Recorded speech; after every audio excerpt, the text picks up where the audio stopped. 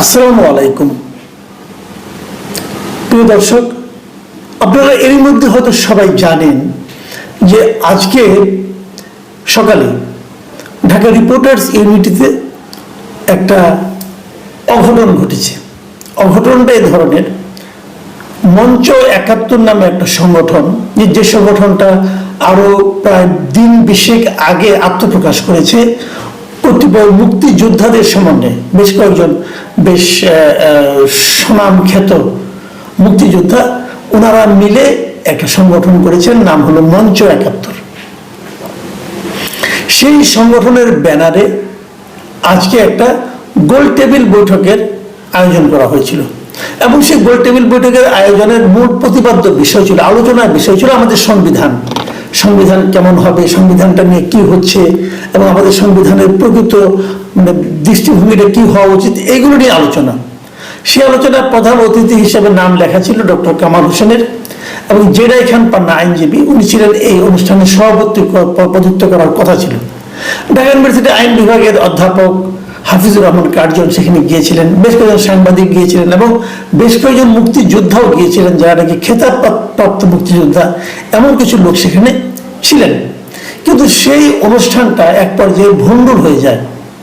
কিছু লোক সেখানে ঢুকে পড়ে এবং ঢুকে পড়ে তারা সেই মিটিং ওখানে তারা উল্টাপাল্টা স্লোগান দিতে থাকে। ও ওখানে আরেকজন মুক্তিযোদ্ধা ছিলেন, মুক্তিযুদ্ধের সংগঠক ছিলেন মিস্টার লতিফ সিদ্দিকী। উনিও খুবই বড় একজন মুক্তিযুদ্ধের সংগঠক, কিন্তু ওনার আরেকটা পরিচয় আছে। আরেকটা পরিচয় হলো উনি একসময় আওয়ামী লীগের সভাপতি মণ্ডলীর সদস্য ছিলেন এবং একসময় উনি সরকারের একজন গুরুত্বপূর্ণ মন্ত্রীও ছিলেন। কিন্তু ২০১৮ সময়ে ওনার সঙ্গে, তারও আগে ওনার সঙ্গে আওয়ামী লীগ সরকারের মানে শেখ হাসিনার সম্পর্ক খারাপ হয়ে যায়। অবনতি হতে হতে এমন এক পর্যায়ে পৌঁছে যে ওনাকে জেলে পর্যন্ত যেতে হয়। মানে উনি এমপি ছিলেন, ওনার মন্ত্রী ছিলেন, ৪ শাখা সত্ত্ব মন্ত্রিত্ব থেকে বাদ দিয়ে দেওয়া হয়, তাকে দল থেকে বাদ দিয়ে দেওয়া হয় এবং তাকে জেলেও ঢুকানো হয়। তারপরে উনি আওয়ামী লীগ থেকে সরে যান। তারপরে ওনার এলাকায় উপনির্বাচন হয়, সেখানে বিকল্প একজন লোককে আওয়ামী লীগের প্রার্থী করে তাকে জিতিয়ে আনা হয়, ওনাকে হারিয়ে দেওয়া হয়। উনি যখন স্বতন্ত্র প্রার্থী ছিলেন, উনি এরপর থেকে আওয়ামী লীগের রাজনীতির সঙ্গে মোটেই জড়িত ছিলেন না। এক পর্যায়ে উনি রাজনীতি থেকে ঘোষণা দিয়ে অবসর নিয়েছিলেন। টাঙ্গাইলে এর লতিফ সিদ্দিকী সাহেব উনিও এই মিটিংয়ে ছিলেন, যেহেতু মুক্তিযোদ্ধাদের মিটিং উনি ছিলেন। সেখানে কিছু লোক যে স্লোগান দিয়ে এটা আওয়ামী লীগের দোসরদের মিটিং হচ্ছে, স্বৈরাচারের দোসরদের মিটিং হচ্ছে, এবং আমি যে ভিডিওগুলো দেখলাম, এই ভিডিওগুলো হয়তো দেখা যায় না। একটা ভিডিও দেখলাম লতিফ সিদ্দিকীর পাশে দাঁড়িয়ে একজন লোক স্লোগান দিচ্ছে, লতিফ সিদ্দিকীর ২ গালে জুতা মারো তালে তালে বলছে, ওনাকে উঠতে দেওয়া হচ্ছে না, বসেন আপনি, যেতে পারবেন না, এগুলো। হাফিজুর রহমান কার্জনকে দেখলাম, উনি ঢাকা ইউনিভার্সিটির আইন বিভাগের অধ্যাপক, উনি দেখলাম চিৎকার করে বলছেন আপনারা আমার গায়ে হাত তুলছেন কেন। তার মানে কি ওনার গায়ে হাত তুলেছিল? এই ধরনের ঘটনা কিন্তু ঘটলে এগুলি টোটালি আমার বিবেচনায় একটা মব ছাড়া, আমি যতটুকু ভিডিও দেখেছি এটাকে মব ছাড়া আমার আর কিছু মনে হয়নি। সাংবাদিক মঞ্জুর আলম পান্না তিনিও হয়েছিলেন, ওনাকেও ধরে মোটামুটি হেনস্থা করা হয়েছে। তো এই যখন অবস্থা, তারপর তাদেরকে এক পর্যায়ে পুলিশ এসেছে। পুলিশ এসে যারা মব সৃষ্টি করেছে তাদেরকে নয়, এই লোকগুলিকে গ্রেফতার করে আটক করে থানায় নিয়ে গেছে, রমনা থানা প্রথমে, তারপর সেখান থেকে ডিবি কার্যালয়ে নেওয়া হয়েছে। সর্বশেষ খবর আমি এখন বলতে পারবো না তাদের নিয়ে কি করা হয়েছে, তাদের প্রতি কোনো মামলা দেওয়া হবে কিনা অথবা কোনো মামলায় আটক দেখানো হবে, কি হবে আমি এখনো জানি না। আমি যখন রিপোর্ট করছি তখন পর্যন্ত কোনো সর্বশেষ খবর আমার কাছে আসেনি। কিন্তু এই প্রত্যেকটা লোক, এদের অপরাধটা কি বলা হচ্ছে, যারা মব করে তারা পরে দেখলাম সাংবাদিক তারা বলছে আমরা জানতে পেরেছি যে এখানে আওয়ামী লীগের পুনর্বাসনের চেষ্টা করা হচ্ছে, আওয়ামী লীগকে এই ব্যানারে আবার পুনরুজ্জীবিত করা হচ্ছে। কিন্তু এখানে আওয়ামী লীগের কে ছিল আমি এখনো বুঝতে পারলাম না। আমি হাফিজুর রহমান কার্জনকে চিনি ব্যক্তিগতভাবে। এই ভদ্রলোক আওয়ামী লীগের পুরো সময়টাতে উনি কেবল কথা বলার জন্য, বিভিন্ন টক শোতে কথা বলার জন্য ওনাকে ডিপার্টমেন্টে বড় রকম বেকায়দা করতে হয়েছিল।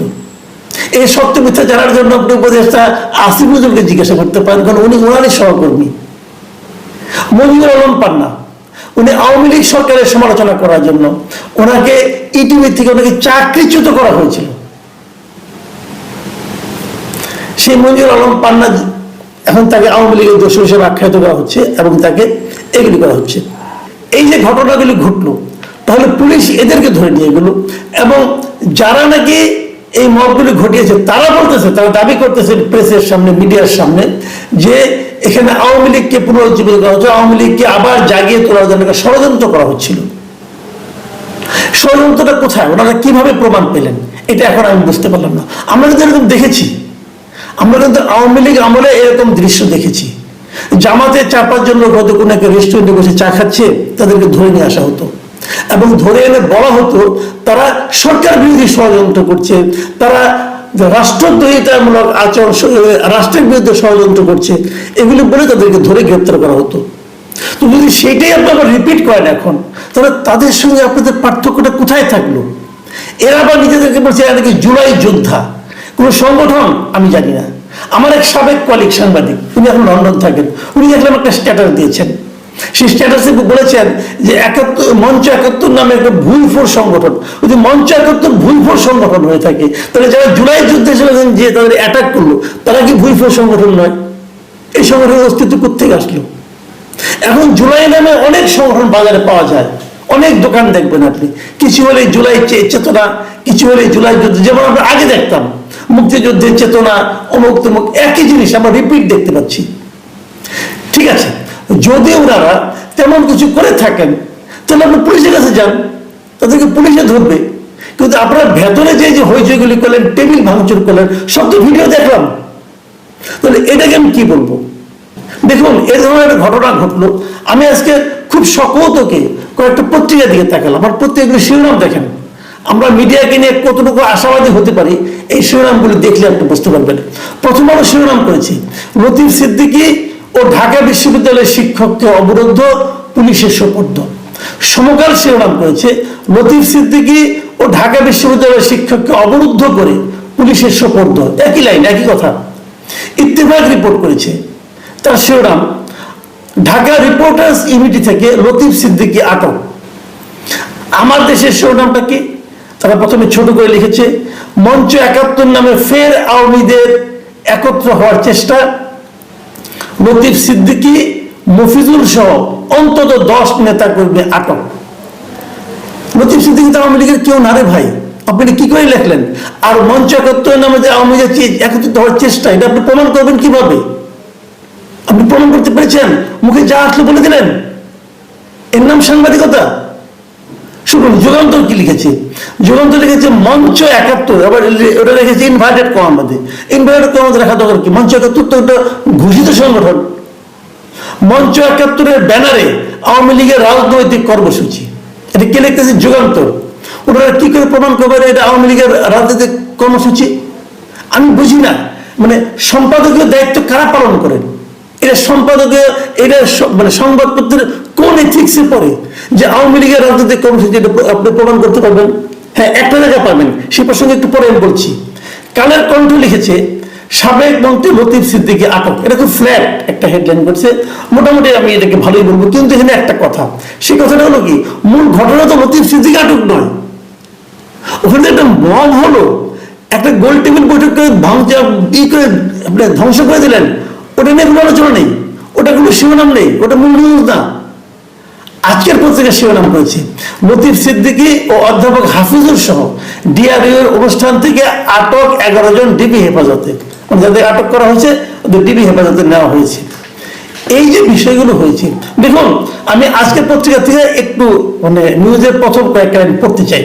শুনুন কি লিখেছে তারা, রাজধানীতে মব সৃষ্টি করে মুক্তিযুদ্ধ সংবিধান বিষয়ে একটি আলোচনা সভা পণ্ড করা হয়েছে।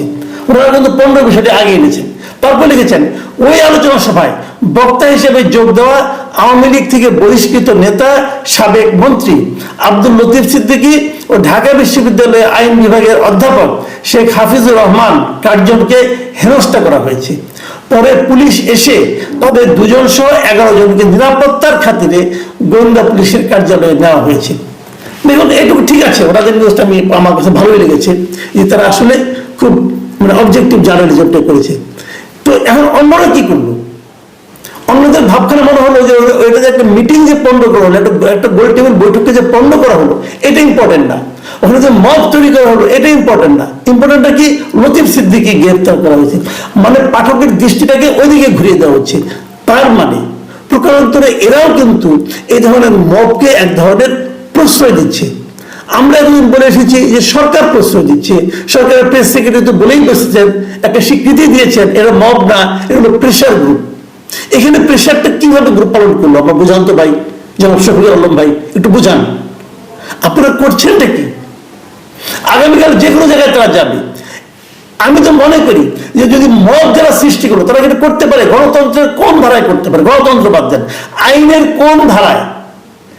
একটা রিপোর্টার সমিতির মতো একটা জায়গায় একটা মিলনায়তন ভাড়া নিয়ে তারা একটা অনুষ্ঠান করছে, তার মধ্যে ঢুকে তাদেরকে আপনি মারপিট করে তাদেরকে মিটিং পণ্ড করে দেওয়া, ভিতরে যে উল্টাপাল্টা স্লোগান দেওয়া, অশ্লীল স্লোগান দেওয়া, দুই গালে তালে তালে জুতা মারা স্লোগান দেওয়া, এটা আইনের কোন ধারায় বৈধ? এই কথাটা আমাকে বোঝান আপনারা।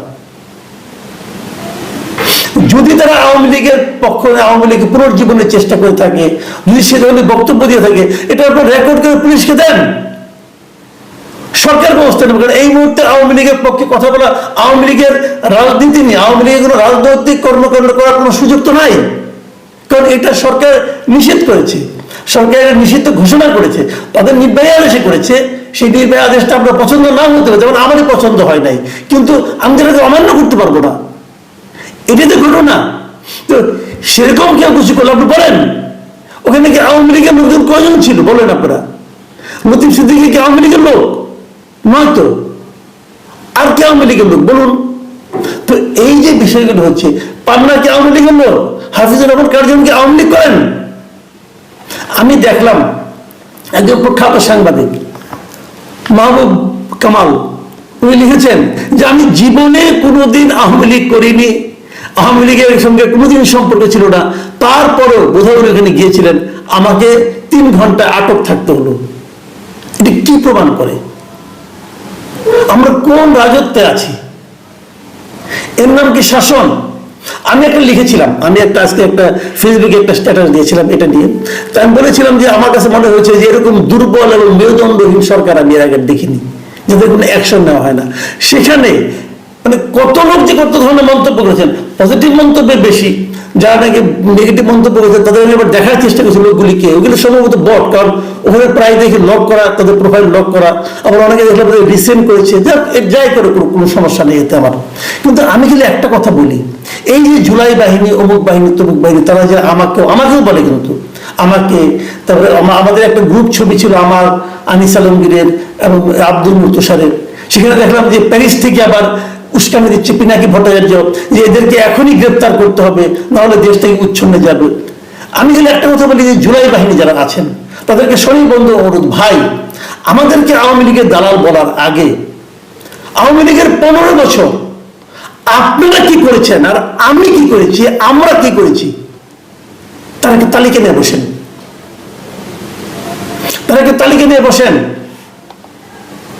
কি রিস্ক নিয়ে, কি ঝুঁকি নিয়ে আমরা এই দেশে থেকে শেখ হাসিনা সরকারের সমালোচনা করেছি, তাদের ভুলগুলি, তাদের অন্যায়গুলি চোখে আঙুল দিয়ে ধরিয়ে দিয়েছি, সেগুলো দেখেন। এখন ইউটিউব পাবেন, ওপেন আছে, লুকিয়ে রাখিনি, দেখেন, তারপরে কথা বলেন। জীবনে একদিনও আওয়ামী লীগ না করার পরে, বুড়ো হয়ে গেছি ভাই, একদিনও আওয়ামী লীগ না করার পরে যদি আপনাকে বলেন যে স্বৈরাচারের দোষর আর আপনারা সব হয়ে গেলেন জুলাই আন্দোলনকারী, আপনারা দেশ স্বাধীন করে বলেছেন, এরকম আমরা দেখেছি। কিন্তু সব আমলেই দেখা যায় এরকম কিছু ভুল ফুল লোক গজিয়ে আসে এবং তারা সবচেয়ে বড় বিপ্লবী হয়ে যায়। আওয়ামী লীগের আমলে দেখেছি অনেক লোক মুক্তিযুদ্ধের চেতনায় উদ্দীপ্ত হয়ে লাফালাফি করেছেন, কোথায় তারা এখন? আবার সময় পাল্টে গেলে এদেরও খুঁজে পাওয়া যাবে না, এদের গলায় সবচেয়ে সরম। আমাদের দেশটা এখন ওই দিকে যাচ্ছে, আমাদের দেশে পরবর্তী সহিষ্ণুতা যেন হারিয়ে যাচ্ছে। কেন? আপনি জনকে বলতে দেন। মুক্তিযোদ্ধারা তাদের বয়স কত, সব বয়স এক, দেখলাম একজন বয়স্ক মুক্তিযোদ্ধা তার গলা মধ্যে চাপা দিয়ে, একটা ইয়াং ছেলে গলা চাপা দিয়ে ধরেছে। এই দৃশ্য দেখতে হবে আমাদের এই স্বাধীন দেশে। ওরা মুক্তিযোদ্ধা, ওরা জুলাই আন্দোলনকারী, এই লোকগুলো। এরপরেও যদি সরকার এই সমস্ত ব্যাপারে ব্যবস্থা না নেয় তাহলে এই সরকারের ব্যাপারে আমাদের হতাশা কিন্তু বাড়বে। আর একটা কথা বলি, এই দৃশ্য কিন্তু সারা দুনিয়াতে ছড়িয়ে পড়েছে। সরকারের ইমেজটা কোথায় যে ঠেকেছে, সরকারের ইমেজ রক্ষার জন্য ওই শফিকুল আলম সাহেব কি বলেন তার উপর সরকারের ইমেজ নষ্ট হবে না, দুনিয়ার মানুষ কি বলে তার উপর সরকারের ইমেজ নির্ভর করবে। প্রিয় দর্শক, এখন এই পর্যন্তই। আল্লাহ হাফেজ।